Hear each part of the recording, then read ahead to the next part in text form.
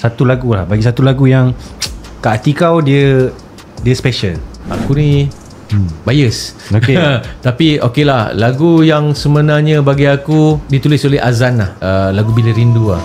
Lagu tu dia tulis untuk wife dia. Dia dah kahwin masa tu. Dia kahwin 2003. Dia antara yang paling awal kahwin lah. Dia mode antara paling awal kahwin masa tu. Bila Rindu ni special sebab yalah, tulis daripada hati kan. Dia buat daripada hati. Bila Rindu ni aku sampai pernah nampak tau, waktu dia dikeluarkan tu banyak radio tak agree yang Betul bro. betul ke? Kau cerita sikit. Masa tu yalah, ada radio masa tu cakap, "Oi, korang lagu ni tak sesuai dengan korang lah. Ni bukan korang lah." Kita sebut nama lah kan. Okay. Kau pun mungkin tahulah. Okay, boleh tak? Ya ke? Macam mana kau boleh cakap kita orang boleh tentukan kita orang lagu apa kita nyanyi? Oh, dia tak nak pasang lagu tu. Dan lagu Bila Rindu tak ada video klip bro. Dia not even a single. Tak ada jadi single, tapi di pick up oleh radio-radio lain di seluruh Malaysia except for the particular radio. Dan dia menjadi lagu yang sangat famous. Sebenarnya lagu sampai sekarang paling famous tu.